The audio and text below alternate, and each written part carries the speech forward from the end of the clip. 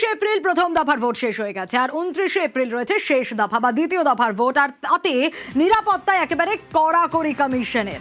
কলকাতা, পূর্ব বর্ধমান, হুগলি গ্রামীণ পুলিশ জেলায় নজর। আরও একবার জানাবো, 29 এপ্রিল শেষ দফায় নিরাপত্তায় কমিশনের কড়াকড়ি। ঠিক কি কি পদক্ষেপ নেওয়া হচ্ছে আরো ডিটেলে বিষয়ে জানাতে পারবে সোমরাজ রয়েছে আমার সঙ্গে। সোমরাজ, প্রথম দফার ভোট তো হয়ে গেছে, কিন্তু 29 এপ্রিল দ্বিতীয় দফা বা শেষ দফার ভোটের আগে আরো কড়া কমিশন, কি কি পদক্ষেপ রয়েছে এবার? দেখো, যেটা কমিশন সূত্রে জানা যাচ্ছে যে মূলত কলকাতা, পূর্ব বর্ধমান এবং হুগলি গ্রামীণ পুলিশ জেলা, এই তিন পুলিশ জেলাতেই সব থেকে বেশি নজর দিচ্ছে দ্বিতীয় দফার ভোটে নির্বাচন কমিশন। তার কারণ, সাম্প্রতিক সময় নির্বাচন কমিশনের কাছে আইন শৃঙ্খলা সংক্রান্ত যে যে অভিযোগ এসেছে, দেখা যাচ্ছে এই তিন জায়গাতেই সব থেকে বেশি অভিযোগ এসেছে। আর সেই কারণেই ভোট চলাকালীন সময় কিউআরটি, ফ্লাইং স্কোয়াড টিম বা স্ট্যাটিক সার্ভেলেন্স টিম, এই তিন জায়গাতেই সব থেকে বেশি মোতায়েন করা হচ্ছে। কলকাতা পুলিশের অধীনে 290 কোম্পানিরও বেশি কেন্দ্রীয় বাহিনী মোতায়েন করা হচ্ছে। কিন্তু দেখা যাচ্ছে কলকাতা পুলিশের অধীনেই সব থেকে বেশি কিউআরটি এবং সব থেকে বেশি ফ্লাইং স্কোয়াড টিম এবং সব থেকে বেশি স্ট্যাটিক সার্ভেলেন্স টিম মোতায়েন করা হচ্ছে। যেটা কমিশন সূত্রে জানা যাচ্ছে যে কলকাতা পুলিশের অধীনে দেখা যাচ্ছে এখনো পর্যন্ত 229টি কিউআরটি টিম মোতায়েন করা হচ্ছে। এছাড়াও 57টি করে ফ্লাইং স্কোয়াড টিম ও স্ট্যাটিক সার্ভেলেন্স টিম মোতায়েন করা হচ্ছে।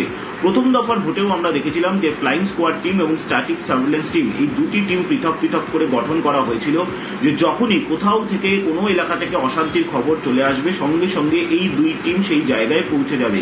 এক্ষেত্রে যদি রাজ্য পুলিশের কোনো এসআই বা এএসআই নাও থাকে, তবুও এই স্ট্যাটিক সার্ভেলেন্স টিম এবং ফ্লাইং স্কোয়াড টিম সঙ্গে সঙ্গে পৌঁছে যাবে।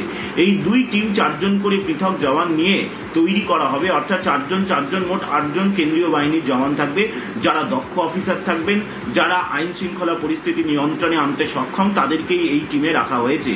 কলকাতা পুলিশের পাশাপাশি দেখা যাচ্ছে পূর্ব বর্ধমান জেলাতেও 228টি কিউআরটি টিম রাখা হয়েছে। এছাড়াও 53টি ফ্লাইং স্কোয়াড টিম ও 48টি স্ট্যাটিক সার্ভেলেন্স টিম মোতায়েনের সিদ্ধান্ত নেওয়া হয়েছে। পূর্ব বর্ধমান জেলায়, যেখানে দ্বিতীয় দফায় ভোট রয়েছে 29 তারিখে, এই পূর্ব বর্ধমান জেলার একাধিক এলাকা স্পর্শকাতর অঞ্চল রয়েছে এবং সেই কারণে পূর্ব বর্ধমান জেলাতেও লক্ষণীয়ভাবে কিউআরটি, এফএসটি এবং এসএসটি মোতায়েন করা হচ্ছে।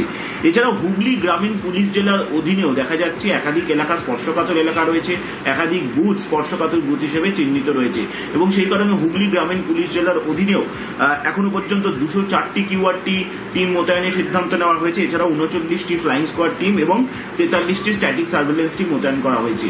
এছাড়াও বাকি যে এলাকাগুলিতে আগামী 29 এপ্রিল ভোট রয়েছে, সেখানেও লক্ষণীয়ভাবে দেখা যাচ্ছে ডায়মন্ড হারবার পুলিশ জেলাতেও 119টি কিউআরটি, 25টি করে ফ্লাইং স্কোয়াড টিম ও স্ট্যাটিক সার্ভেলেন্স টিম মোতায়েন করা হচ্ছে। তুমি দেখেছো ইতিমধ্যে রাজ্যের দ্বিতীয় দফার যে ভোট রয়েছে, সেই দ্বিতীয় দফার ভোটে 2400 কোম্পানিরও বেশি বাহিনী, 2300 কোম্পানিরও বেশি বাহিনী, কেন্দ্রীয় বাহিনী মোতায়েনের সিদ্ধান্ত নেওয়া হয়েছে।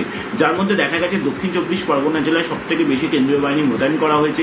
এছাড়াও কলকাতা পুলিশের অধীনেও 290 কোম্পানির কাছাকাছি কেন্দ্রীয় বাহিনী মোতায়েনের সিদ্ধান্ত নেওয়া হয়েছে এবং তার মধ্যে থেকেই এই কিউআরটি, ফ্লাইং স্কোয়াড টিম এবং স্ট্যাটিক সার্ভেলেন্স টিম কাজ করবে। মূলত উদ্দেশ্য একটাই। ঠিক এই জায়গা থেকে জানতে চাইবো, এই যে এফএসটির কথা তুমি বলছিলে, ফ্লাইং স্কোয়াড টিম, এর মধ্যে কারা কারা থাকছে, কিভাবে থাকছে? দেখো, ফ্লাইং স্কোয়াড টিম বা স্ট্যাটিক সার্ভেলেন্স টিম, এই দুটি টিমই গঠন করা হয়েছে 4 জন কেন্দ্রীয় বাহিনীর জওয়ানকে নিয়ে। অর্থাৎ ফ্লাইং স্কোয়াড টিমেও থাকবে 4 জন কেন্দ্রীয় বাহিনীর জওয়ান, স্ট্যাটিক সার্ভেলেন্স টিমেও থাকবে 4 জন কেন্দ্রীয় বাহিনীর জওয়ান, অর্থাৎ হাফ সেকশন করে থাকবে এবং তাদের সঙ্গে থাকবেন রাজ্য পুলিশের একজন এসআই বা এএসআই র্যাঙ্কের অফিসার। এক্ষেত্রে যদি রাজ্য পুলিশের এসআই বা এএসআই র্যাঙ্কের অফিসার না থাকে, তাহলে এই 4 জন করে যে টিম তৈরি করা হয়েছে, তারা নিজেরাই যদি কোনো এলাকা থেকে অশান্তির খবর আসে বা কোনো বুথ দখলের খবর আসে, বুথ জ্যামের খবর আসে, তাহলে সঙ্গে সঙ্গে তারা এই এলাকায় পৌঁছে যাবেন। কিভাবে পৌঁছে যাবেন? তাদের কাছে বুথ ভিত্তিক নির্দিষ্ট লোকেশন আগে থেকেই থাকবে সব বুথের, অর্থাৎ তারা যে এলাকায় কাজ করবেন সেইখানে তাদের কাছে প্রত্যেকটি বুথের লোকেশন দেখবে। যে বুথ থেকে খবর চলে আসবে বা যে এলাকা থেকে খবর চলে আসবে, তারা সেই এলাকায় জিপিএস লোকেশন ট্র্যাক করে পৌঁছে যাবেন। এইভাবেই প্রথম দফার মতো দ্বিতীয় দফায় ভোটে স্ট্যাটিক সার্ভেলেন্স টিম এবং কিউআরটি এবং তার সঙ্গে ফ্লাইং স্কোয়াড টিম মোতায়েনের সিদ্ধান্ত নেওয়া হয়েছে। বেশ সোমরাজ।